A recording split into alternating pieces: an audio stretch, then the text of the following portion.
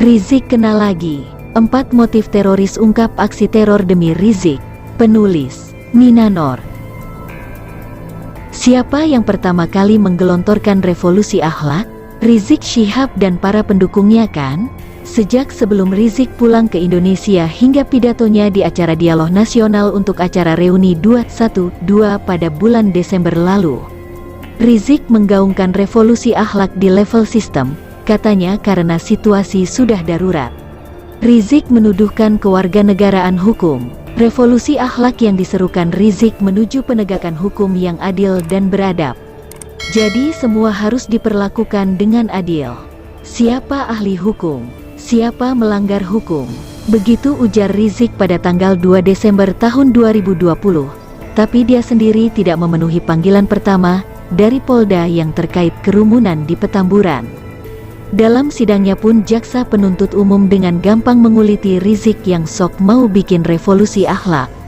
Tokoh agama yang mengaku dirinya imam besar dengan program revolusi akhlak, kata jaksa. Tetapi semua ucapannya sangat bertentangan dengan akhlakul karimah atau akhlak yang baik. Sering merendahkan orang lain, bahkan memaki jaksa dengan kata-kata yang tak pantas. Artinya, Rizik tidak sesuai dengan apa yang dia ceramahkan. Semua yang keluar dari mulut, yang satu mengumpat, memaki, yang satu meminta orang-orang berakhlak baik. Padahal pengikut Rizik sudah cukup banyak, kalau imam besar serusak itu. Bagaimana dengan para pengikutnya? Tidak pakai lama, buktinya pun ada. Bagaimana hasil pengotoran pikiran yang telah dilakukan oleh Rizik terhadap para pengikutnya? Masih ingat dengan 4 terduga teroris yang ditangkap Densus 88 pasca aksi bom Makassar? Mereka adalah Zulaimi Agus, ZA, Hussein Hasni, HH, Bambang Setiono, BS, dan Ahmad Junaidi, AJ. ZA ditangkap di Cikarang, Bekasi, HH di Condet, Jakarta Timur, BS di Mangga 2, Jakarta Utara, dan AJ di Ciputat, Tangerang Selatan. Masing-masing teroris ini punya peran sendiri-sendiri. Ada yang di bagian penyediaan dana, bagian perencanaan tata letak dan teknis, bagian pembelian bahan baku dan bahan peledak, dan bagian yang mengatur pembuatan bom. Ternyata motif aksi teror yang mereka rencanakan ini ada hubungannya dengan Rizik Syihab, ini diungkap oleh BS dan AJ. Seperti dilansir mediaindonesia.com dan pojok1.id, BS mengaku sebagai simpatisan FPI sejak Desember tahun 2020. Dia tergabung dalam kelompok pengajian yang dipimpin oleh HH, yaitu Majelis Yasin Rawatib.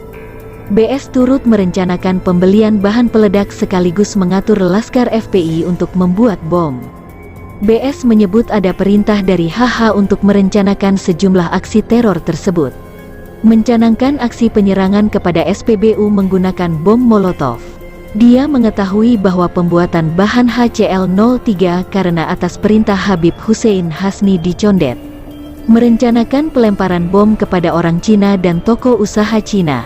Rencanakan aksi penyerangan dengan ketapel dan peluru gotri jika terjadi kerusuhan saat demo. Begitu papar BS. BS juga mengawasi adanya tim yang terdiri dari laskar FPI untuk menyerang polisi dengan melempar bom. Untuk menuntut HRS atau Habib Rizik Syihab bebas. Begitu ujar BS. Sementara itu, AJ juga mengaku tergabung dalam pengajian yang sama. Pengajian ini diadakan setiap malam Jumat. Dalam pengajian itu anggota majelis membahas keadaan negara. Kami banyak membahas keadaan negara yang sudah dikuasai oleh Cina. Masalah tenaga kerja, kekayaan alam, serta kekuatan industri juga sudah dikuasai oleh Cina. Akhirnya teman saya yang bernama Bambang dan Agus atau ZA, memberikan semangat untuk melakukan peledakan di industri Cina yang ada di Indonesia.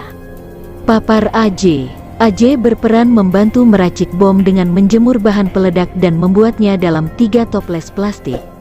Menurut AJ, anggota pengajian itu juga pergi ke Ahmad Dimyati di Sukabumi untuk meminta izin ilmu kebal. Ada hubungan dengan FPI? AJ mengaku telah bergabung dengan FPI sejak kepulangan Rizik pada November tahun lalu. Lalu satu lagi, ZA juga terafiliasi dengan FPI. Saya bergabung dengan organisasi FPI sejak tahun 2019 sebagai Wakabit FPI Bekasi. Saya sudah merasa tidak ada keadilan di negeri ini. Saya ingin menegakkan keadilan dengan cara saya sendiri. Begitu papar ZA. Membaca pengakuan mereka itu serasa bagai mendengar suara ceramah Rizik yang berapi-api sambil memaki. Menyamakan Densus 88 dengan salep obat kurap. Menyebut Presiden goblok, Menteri Agama sesat, Istana Negara Istana Iblis. Bahkan ketika Rizik panjang lebar memaparkan soal revolusi akhlak, kita akan melihat ada benang merahnya dengan apa yang jadi motif para teroris ini. Semua berawal dari mulut Rizik. Mereka mau ngebom pun untuk menuntut Rizik dibebaskan. Semoga pihak jaksa juga mengetahui soal pengakuan para teroris ini. Bagaimana menurut Anda?